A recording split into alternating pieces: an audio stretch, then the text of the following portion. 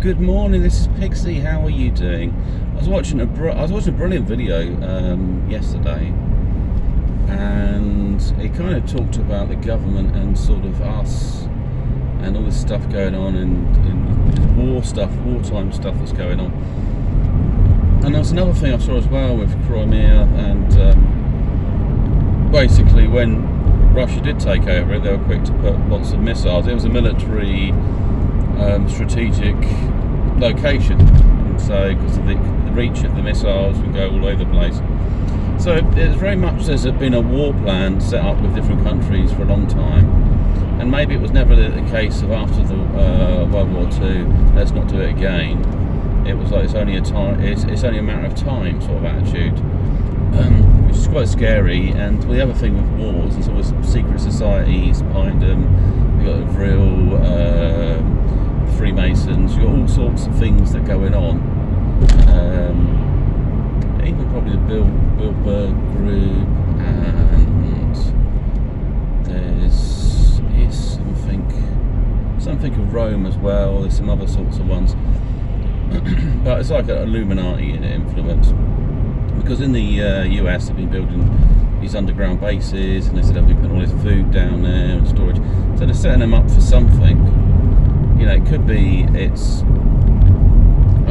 matter of time till they realise that, so they're putting in something in place, or it's a part of a roadmap that in order to reduce the world population, the only species that calls itself is us, I think. The idea is to bring us down to, I think it was 1 billion, or is it lower than that? They've got these Georgia stones, and you've got lots of things. So there's never going to really be any peace talks unless it's a complete surrender. And if it's a complete surrender, there will be still a holocaust behind the scenes. People that they consider threats to the government, freedom fighters, etc., will be taken to camps, and that's probably the last to see them. They'll be seen as a national threat or something, because they see these ideas, so they believe, of this what they call Nazification, when it could be they've been Eurofied or something, where they've had European influences in there, and that they've sought to create their own identity based on, and it's often the story of their past that probably fuses what's in their future.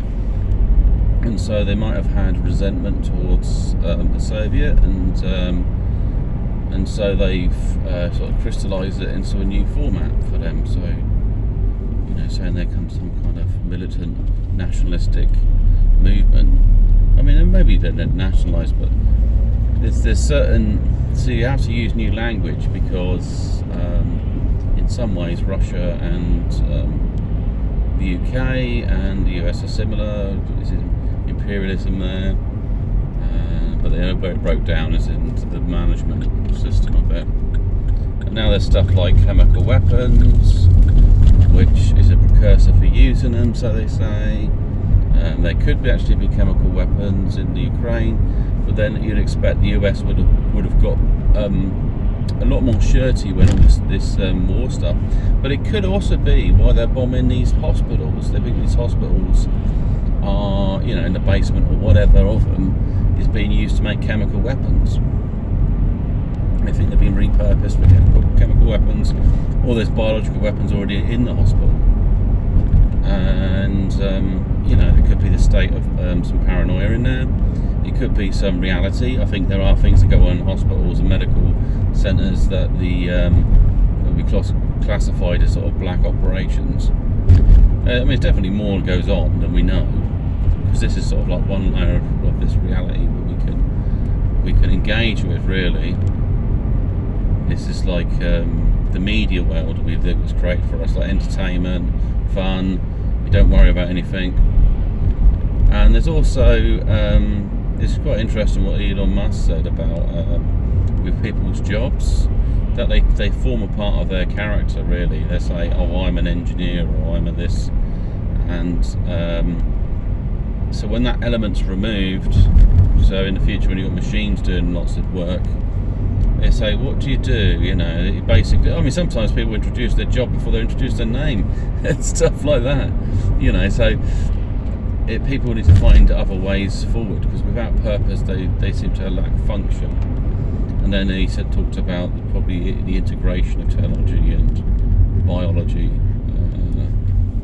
which could happen in this, especially if we do go if we go to nuclear and biological weapons, and humans are probably more likely to be damaged. I mean, with radiation, like if Chernobyl was an experiment, let's say the Illuminati own the world, right? I believe they do, and they've got these powerful men in places that they influence governments with, and then in order, when they get certain people in power, puppets they can use, they bring them into the fold a little bit, make them feel special, but actually they're just a lower section of sort of this pyramid.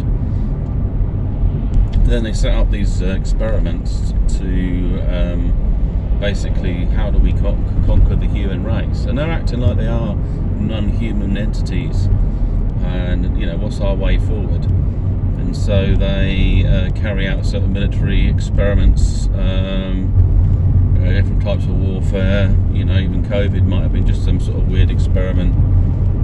Can we?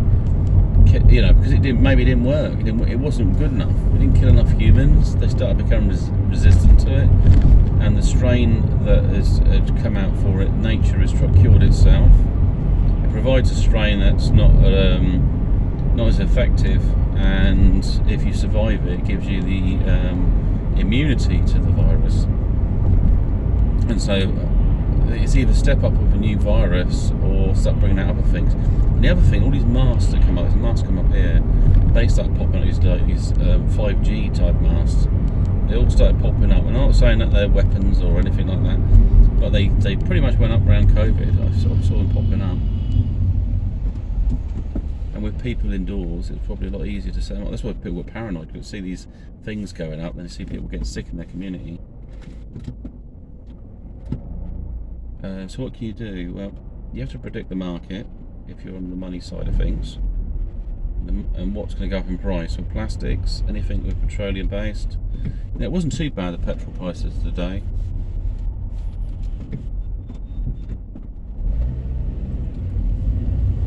So I bought under half a tank, about 35 quid maybe. So I mean, yeah, it is higher. I mean, it would be like £70 a tank.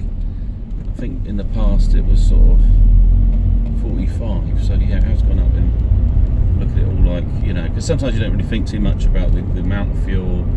I tried to put in where we had a bit of a fuel. They claimed it was a shortage. So even that could have been an exercise. They said they didn't have enough drivers to get petrol in. It was around petrol. It was like the experiment was, how do we function with less petrol society, and does it cause panic or reaction? How do people react to it? And so people are slowly being traumatized, and then you punish the people that do good in society, or put corporations up front, and they get locked away for many years, and then you let other people out that are potentially dangerous. You put them in communities where there's vulnerable people they can take advantage of, basically. So there's all these little games, I think, going on. That sounds paranoid, but I think that the climate promotes that. So what to do is prepare, basically. I've got a first aid kit in the car. I've got a multi-tool in the car, it's like survival. I might get some other things as well. Like, can I light a fire? I've got these sorts of tools in the car. Just little packs of stuff I can use. I might get a sewing kit. I've got some sewing bits and bobs, but I haven't really got like a kit. I did see it in Waitrose, you could buy a set kit. And then just up your dry goods and things. Will water be an issue? Probably not so much at the moment. They might put taxes on things. And then the other thing you've got is you've got refugees coming over, and they're thinking that we're going to be very much like the Polish and just take them in and give them homes and stuff. It's not really the culture of the UK to be like that.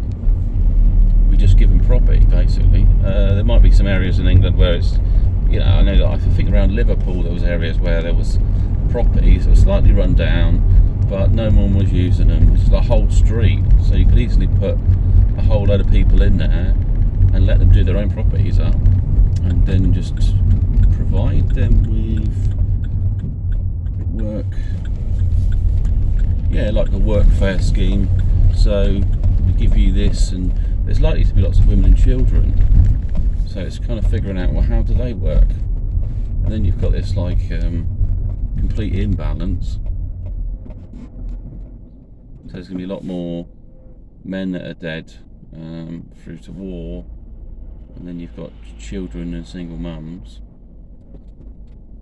And I mean, for a lot of the women, they might want to settle in as quick as they can, really. So I mean, I wouldn't rule that out, because it's an advantage for them and an advantage for them children if they live with someone who's from this country, wherever they settle, and has the local knowledge, because not all of them are going to have sort of, I mean, a lot of them do speak multiple languages.